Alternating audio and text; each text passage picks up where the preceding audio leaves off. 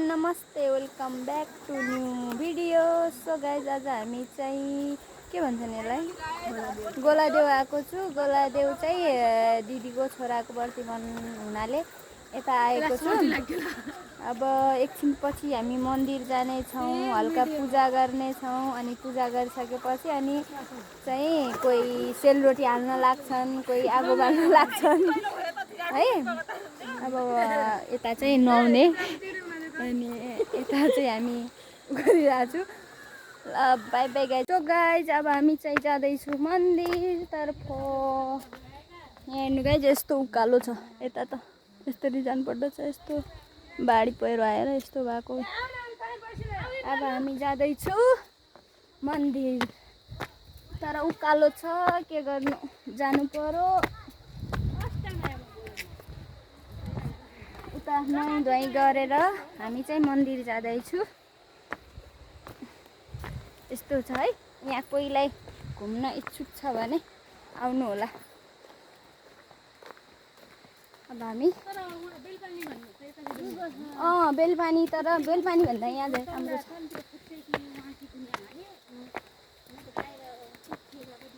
यस्तो छ गाइज हेर्नु, उता हारसार धुँदैछन्।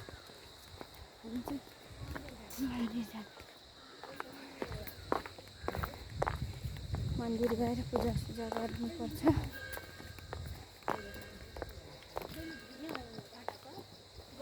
यस्तो छ कि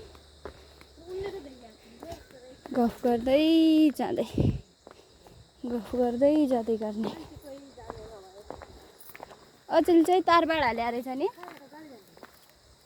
ए तारबाड नै यस्तो छ हाम्रो यता गोलादेउ वडा नम्बर 4 मा यस्तो छ है मन्दिर। चाहिँ अब मन्दिर जाँदैछु दर्शन गर्न। मन्दिर पुगे हामी, गेट।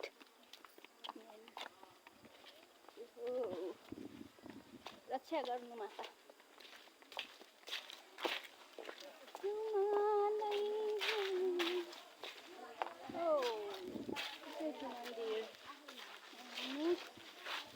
यस्तो छ मन्दिर। अब चाहिँ हामी धुपबत्ती बालेर आउँछौँ मन्दिर,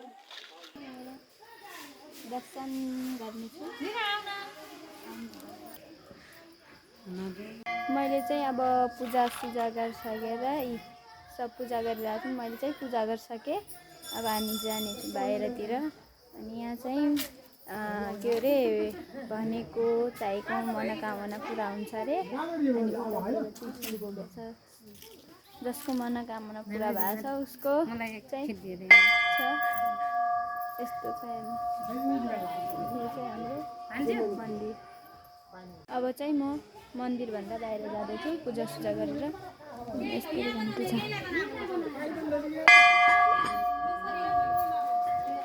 यता चाहिँ बाबाले पूजा गर्दै।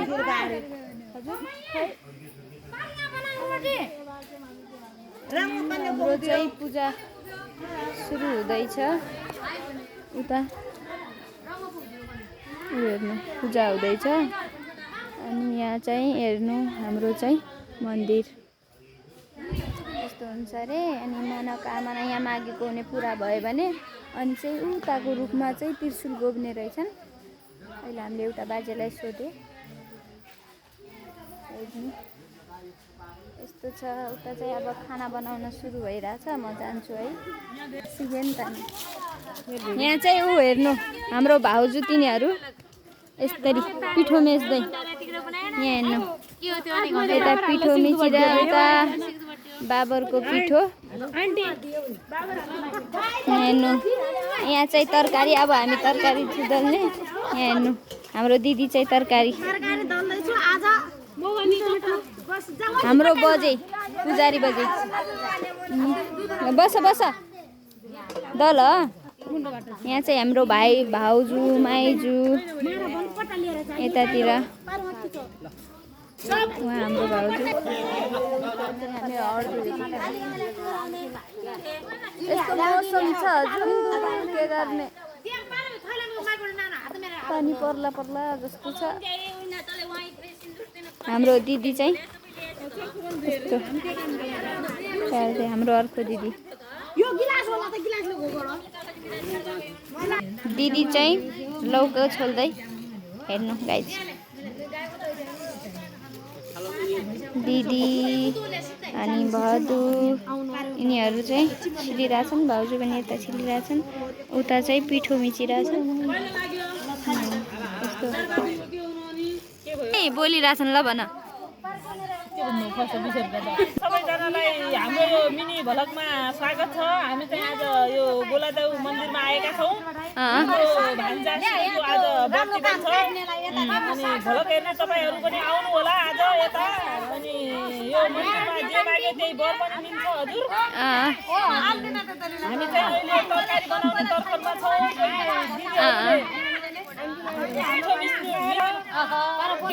हाम्रो तरकारी काटिराख्नु भएको छ। म चाहिँ यो लौकीलाई छिलिरहेको छु। अनि सब्जी बन्दैछ। हामीहरू यहाँ धेरै मान्छे आएका छौँ। एक ट्याङ्कमा आएको गाईहरू ढुङ्गाको बाटो खोलामा मेरो त मलाई हराएर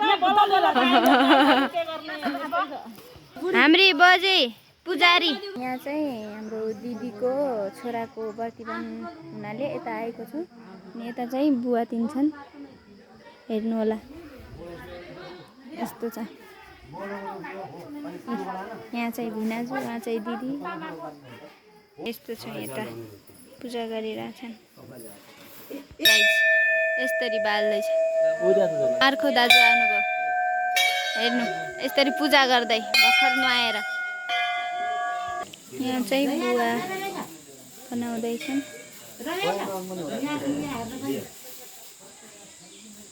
हेर्नु यहाँ चाहिँ यसरी बनाउँदैछन्।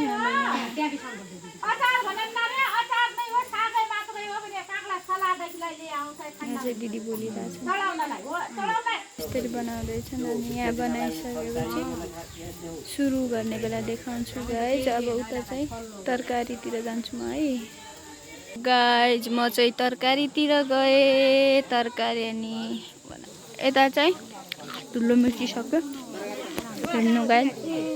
उता चाहिँ पिठो यहाँ चाहिँ भाउजू यता चाहिँ पिठो मिचिरहेछन्।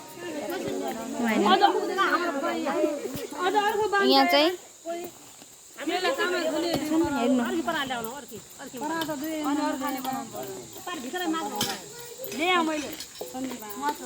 यता चाहिँ दिदी साग दल्दै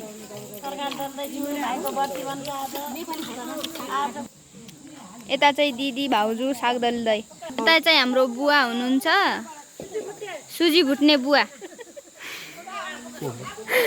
यहाँ हेर्नु यति तेलमा ए सुजी चाहिँ भुट्ने। उता चाहिँ बजे चाहिँ चिया बनाउँदै यहाँ हेर्नु छु गाइज। बजे हाल्दै म चिया दिँदै सुजी काटेर हाल्ने काम दिदी र बधुको।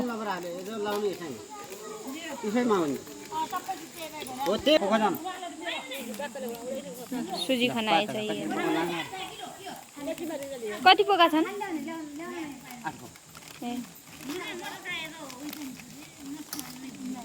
सुजी हालेको तली गर हल्का हो त्यस्तै।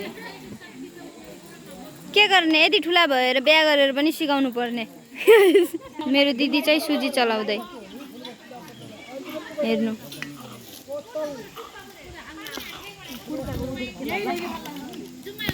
भेना साली यहाँ चाहिँ खरल्दै हेर्नु भेना सालीको माया प्रेम यस्तो हुँदो रहेछ। यहाँ चाहिँ बिहानै आएका सबहरूलाई भोग लागिसक्यो। मलाई पनि भोग लागिसक्यो। बिहान यता पूजा गर्ने भनेर केही नखाएको अनि अहिले चाहिँ भोग लागिसक्यो। भोगले मान्छे आत्तिहाले हेर्नु गाइस। बिहान 6 बजे आएको 10 बजिहाल्यो। भोग लागिसक्यो हाम्रो भाउजूले केही बोलिदिनु होला त मन्दिरको लागि। ल सबैलाई नमस्कार छ। आज हामी गोलादेव आएको छु अनि आज भान्जोको व्रती बनाउनु हो। केही व्रती बनाउने अनि सुप्पा आइदिनु नि, कोही रोटी पकाउन आएको, कोही बाबर पकाउन आएको नि। हजुरले खाइदिनु आइदिनु होला। उहाँ बुवा र नै भेना सालीको उता चाहिँ खरल खारल हुँदैछ। गाइज म अब चाहिँ तरकारी दल्छु, अहिले चाहिँ यति नै बनाउँछु। By by guys.